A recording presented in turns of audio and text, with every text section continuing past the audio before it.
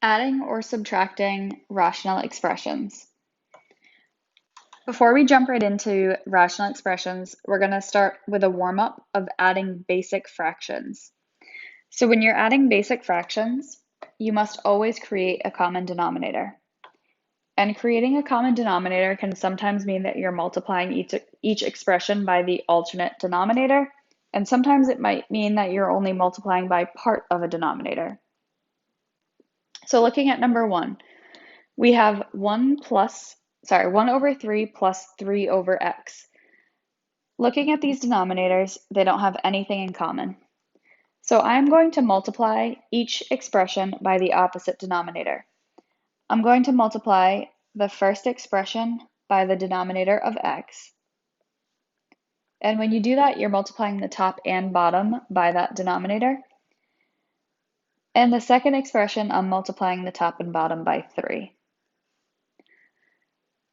By doing this, my first fraction becomes 1 times x, or x, divided by 3 times x, which is 3x. My second fraction becomes 3 times 3, 9, divided by x times 3, or 3x. Once you have a common denominator, you add your numerators.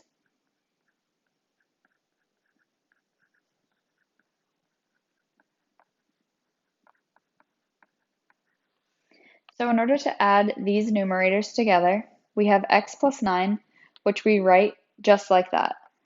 Our final answer is x plus 9 divided by the common denominator of 3x.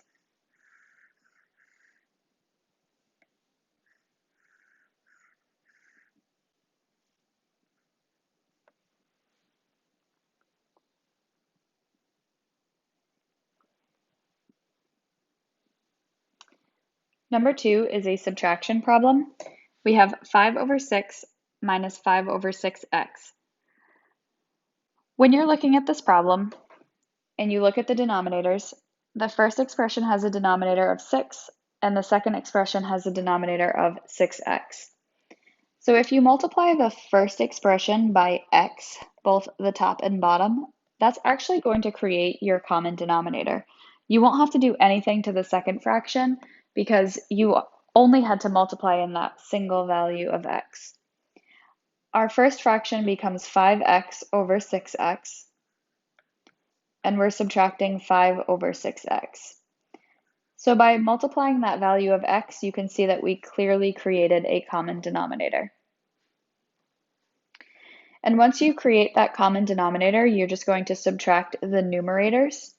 And subtracting these numerators is going to give me a final solution of 5x minus 5 divided by our common denominator of 6x. And that's how you add or subtract fractions. It's by creating a common denominator and then working with the numerator.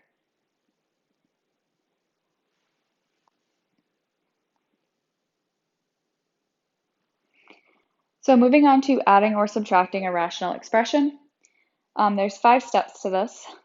The first step says to factor the denominators, and please pay close attention to these steps as they are all very important. So factor the denominators and determine the lowest common denominator. So what's the smallest denominator you can make with all of the fractions? And you need to make them all the same. Step 2 is to rewrite the expressions with the lowest common denominator. That means you might have to multiply the numerator and the denominator by a certain term, but do whatever you have to do to get the expressions to the common denominator. Then you're going to add or subtract the fractions. But remember from the 2 examples that we just did, adding or subtracting the fractions means that you're adding or subtracting the numerators. The denominator has already been found, and the denominator is the common denominator that you determined in step 1 and 2. Step 4 is to simplify. Simplifying might require you to factor the numerator so that you can eliminate common terms. And step 5 is to divide out common factors. The first example I gave you, I actually already put this with a common denominator just so we could skip over that step and we could see what it's like to add or subtract, in this case add, with a fraction that already has a common denominator. So we don't need to touch those.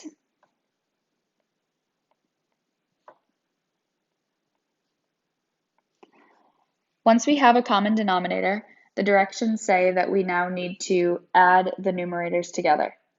So in this case, I can rewrite my numerator as x squared plus 8 plus 6, and we're going to divide this by x plus 2.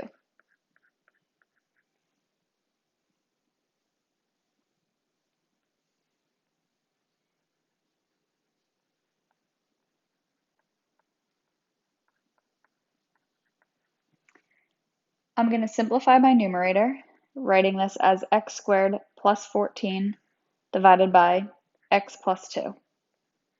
And if you can factor the numerator, you need to check and see if you can do that. In this case, you cannot factor any further, so this here would be your final answer.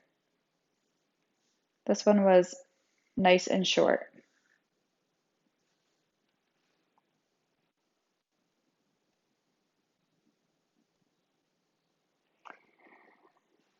Number 2 is not so short.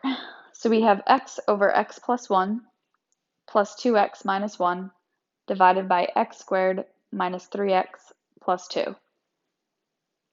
So following the directions above, I need to start by factoring my denominators. Of course, my first denominator of x minus 1 cannot be factored, but my second denominator, that can be. X squared minus 3x plus 2 can be factored to x minus 2 times x minus 1. Now I'm going to compare my denominators. So I'm comparing this denominator to this denominator. What can I do to make them the same? So what has to happen to either of these to make them identical? And this one should be simple to see. Both of these denominators have a factor of x minus 1. Now this one has a denominator of x minus 2. So if you multiply the first fraction by a factor of x minus 2, both the top and bottom, you will arrive at the same denominator, or a common denominator. Also, recall that the directions tell you to leave your numerator in standard form. So right now, in order to leave this in standard form, I need to distribute to my numerator, or distribute throughout my numerator. My numerator becomes x squared minus 2x. My denominator can stay in factored form, and I now have x minus 2 times x minus 1. I am adding 2x minus 1 divided by x minus 2 times x minus 1. Here you can see that you now created two of the exact same denominators. So once you have the denominators equivalent or identical, you can add your numerators together. So I'm going to add x squared minus 2x plus 2x minus 1. That gives me x squared. Negative 2x plus 2x is going to be 0 minus 1. And this is over my common denominator of x minus 2 times x minus 1.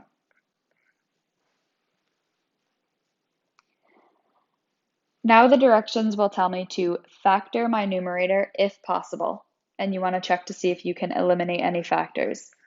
X squared minus 1 factors to x plus 1 times x minus 1. This is over x minus 2 times x minus 1.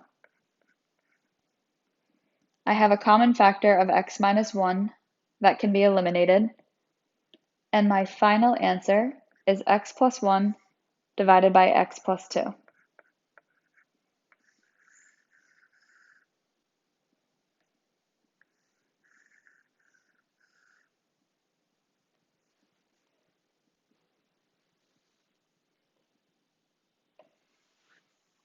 Okay, if I go back through this problem and just add some extra notes in for you, I'm going to start at the top and just make a note that I am creating a common denominator.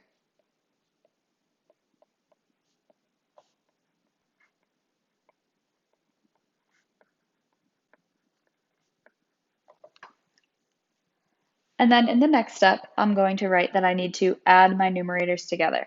So once you create a common denominator, you're going to add your numerators.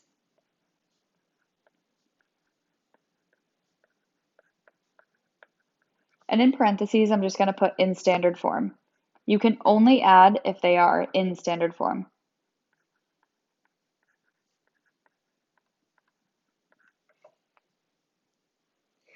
After I add my numerators, I'm going to factor my numerator and eliminate common factors.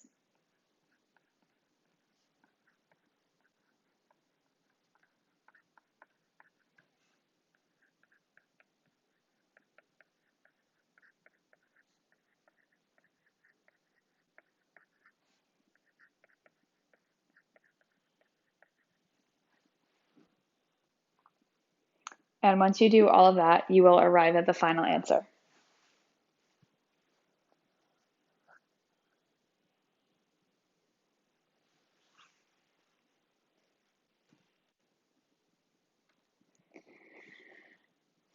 The next example is subtracting rational expressions, which is the same process, but now you just are subtracting your numerators instead of dividing them. Just like the previous problem, the first step is to factor our denominators. My first denominator factors to x times x minus 2. So there's a GCF of x. My second fraction is x plus 2 divided by 2 times x minus 2. So I can easily see that both denominators have a factor of x minus 2. The first denominator is missing a value of 2, so I'm going to multiply the first expression, both the top and bottom, by 2. The second expression is multiplying part of the denominator of x. When I do that, I do have to make sure I distribute my values throughout my numerators. I actually just realized I wrote something wrong right here. This should be x plus 2. Look at the original. So sorry about that, but fix that to x plus 2. So now when we distribute our numerator, we end up with 2x plus 4 divided by our newly created common denominator of 2x, that would be multiplying in that value of 2, times x minus 2. We are subtracting our distributed numerator as x squared plus 2x divided by our common denominator of 2x times x minus 2. Now you have to pay close attention because when you're subtracting fractions, you're actually subtracting every term in the second set of parentheses. So we have to distribute this subtraction sign to both terms in the second numerator. When I combine my numerators, I now have 2x plus 4. I am subtracting x squared, but I am also subtracting 2x. And we are dividing by our common denominator of 2x times x minus 2.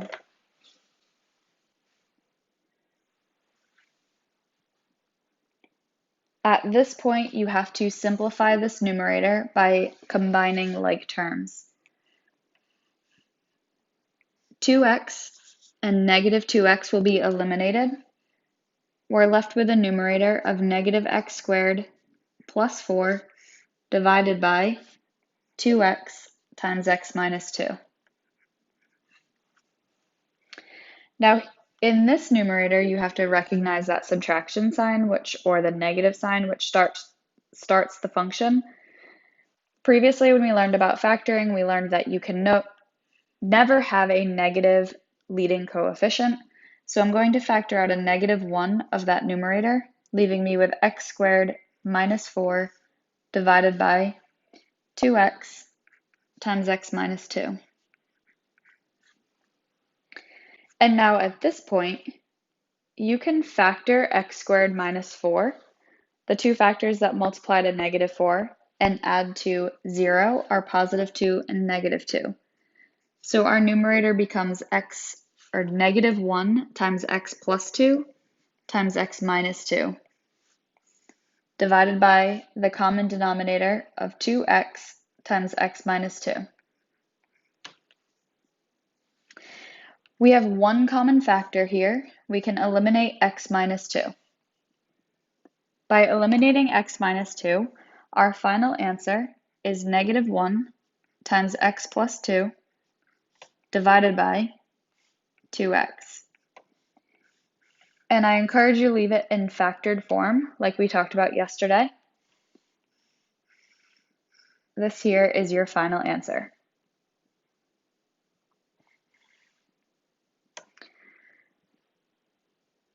Now today, we're going to do this a little different. For the on your own section, I'm going to complete these two problems during the live session at the end of class. So if you would like to see me work through them or see the completed answer, please log on to our live session. Other than that, please email me if you have any questions, and have a great day. Thank you.